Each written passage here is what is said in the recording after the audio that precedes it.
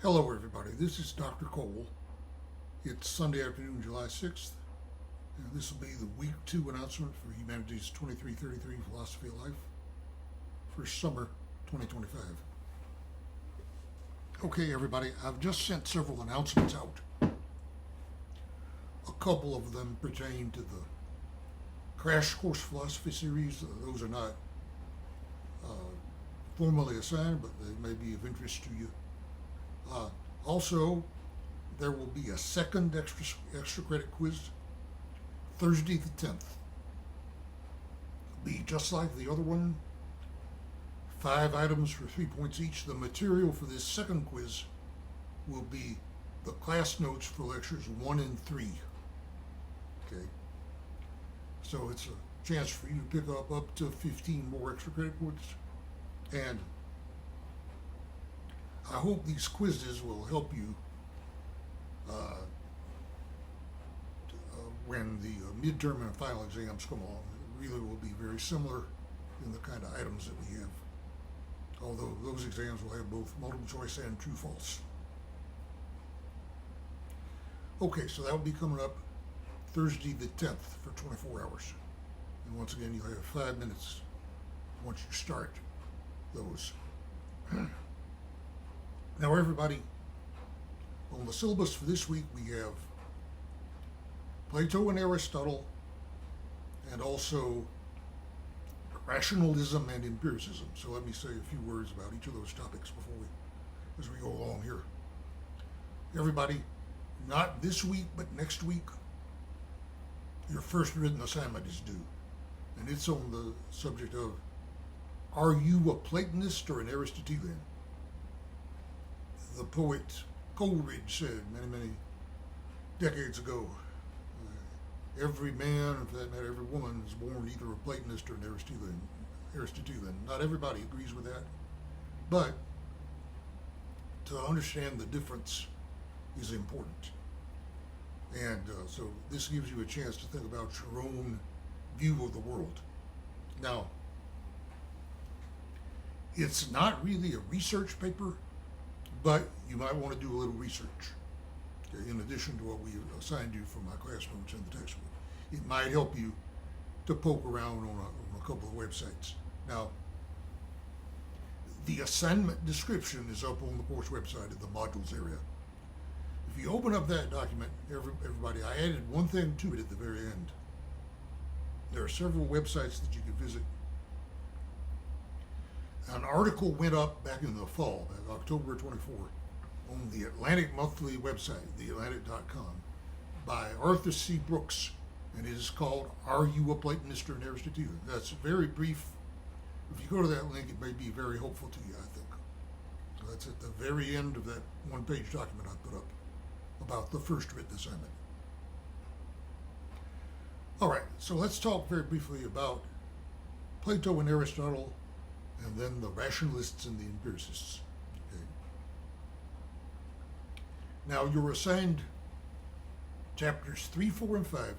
Chapter 3 is about the pre-Socratics. That is, the philosophers who came before Socrates, Plato, and Aristotle. So look at that briefly. 4 and 5 really are more important, I suppose, about Plato and Socrates in 4, and then Aristotle in chapter 5. You have some very brief excerpts from Plato and Aristotle as well in those chapters. Now, Plato and Aristotle wrote about many things, including social and political philosophy. But for understand the difference between them, in trying to answer the question, are you a Platonist or an Aristotelian, we need to understand one problem they were faced with is trying to give an account of change. That is to say, how can something change and still be the same? Like you, okay?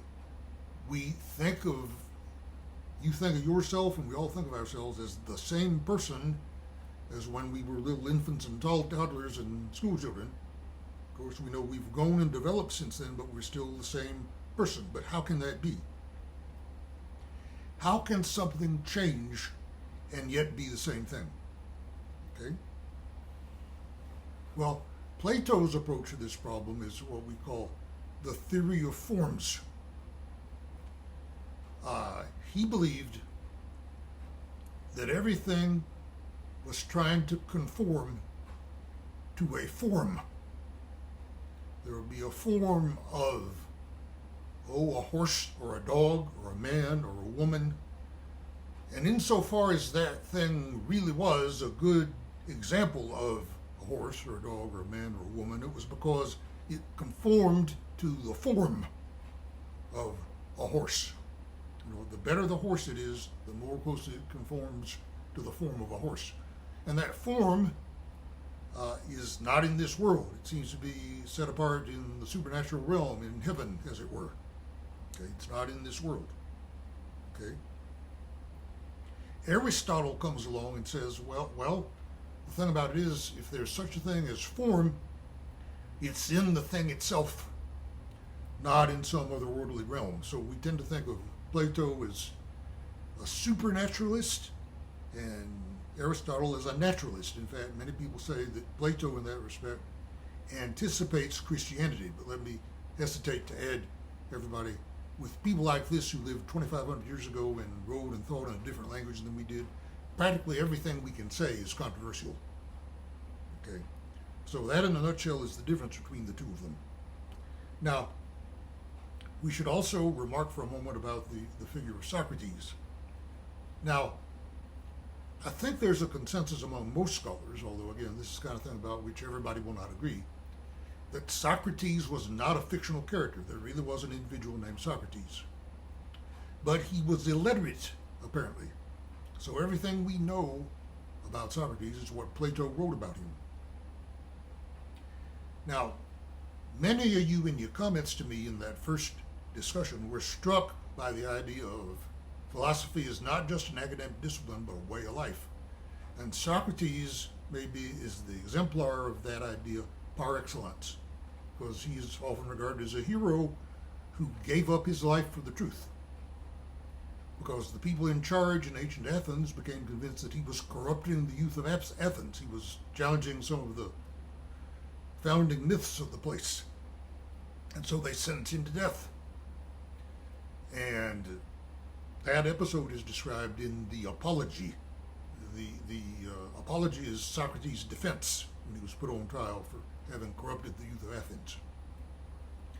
But eventually what happens is one of Socrates' friends tries to spring him from prison.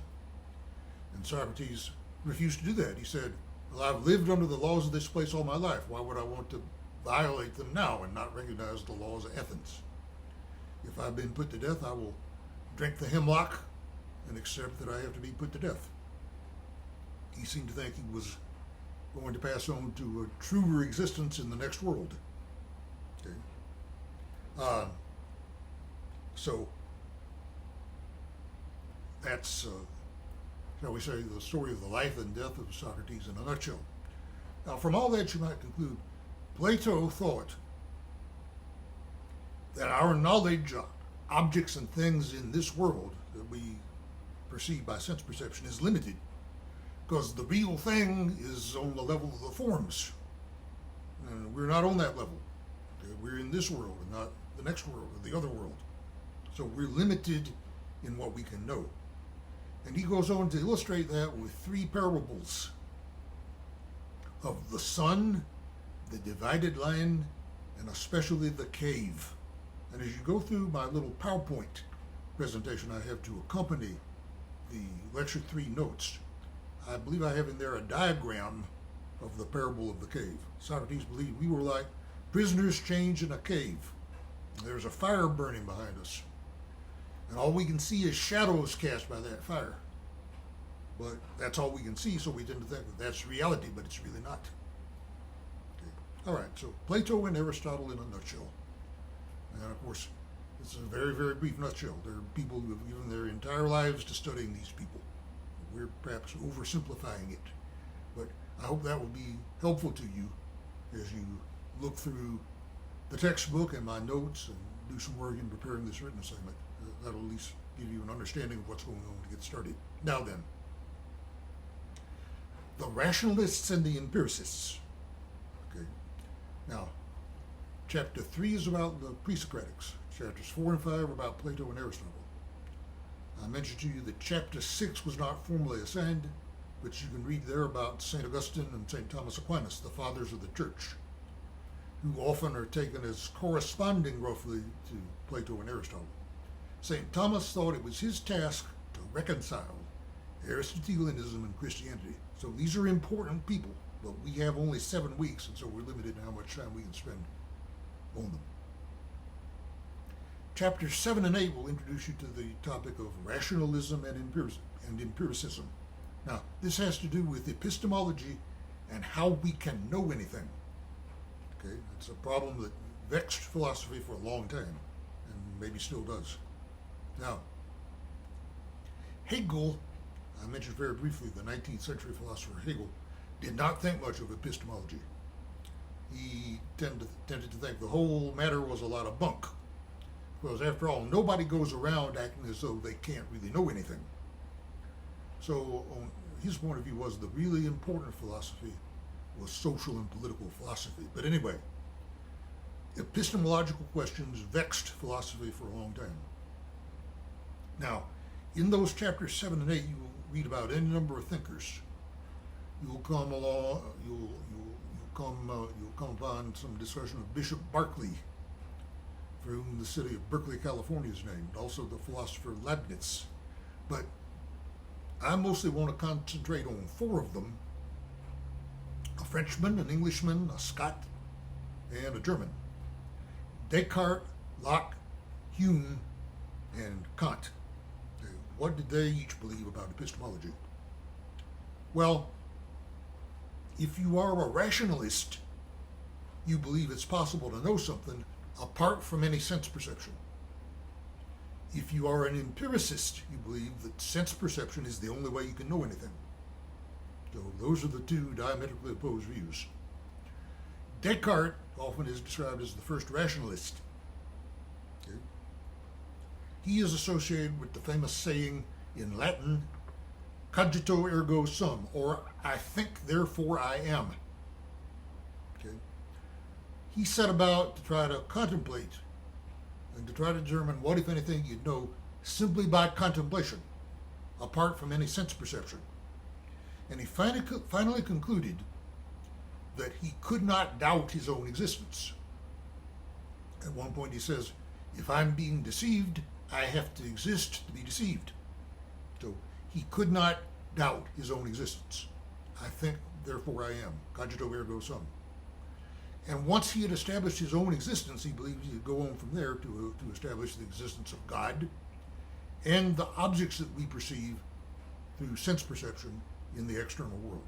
So that, in a very brief nutshell, is Descartes. Then John Locke comes along and says, no. Everything we know is due to sense perception. He believed the mind is a blank slate, or tabula rasa, on which experience writes.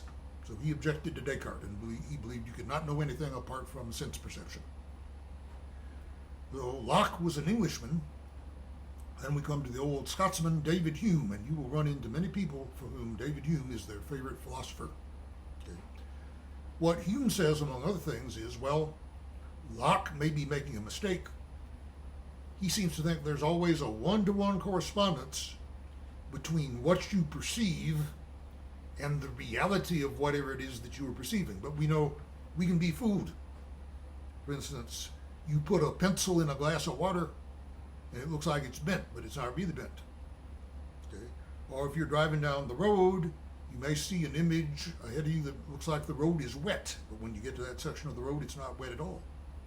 All of us have had experiences like that. So Hume emphasized our senses are not entirely trustworthy, so Locke should not jump to conclusions. What Hume finally concludes is that it's very difficult for us to say we really know anything at all. Okay? Of course, practically speaking, we act as though we know things. But philosophically speaking, it's very difficult to validate that we really know anything in a philosophical sense. Okay? And he was satisfied that that was the best we could do. So there's Locke and Hume in a very brief nutshell. Then Kant comes along. And he makes what's very often been regarded as a substantive advance in philosophy to try to reconcile the dispute between the rationalists and the empiricists. And what Kant says is,